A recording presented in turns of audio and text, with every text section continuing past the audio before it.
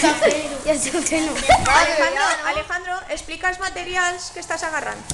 Una vela, la fiambrera, aigua i foc.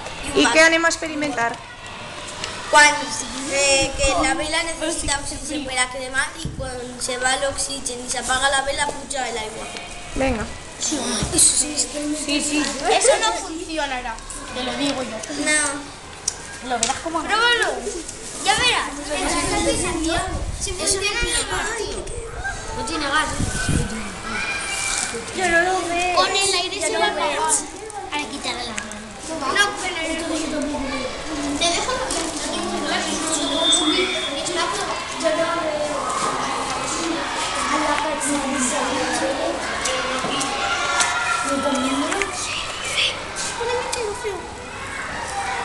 Está desgastado.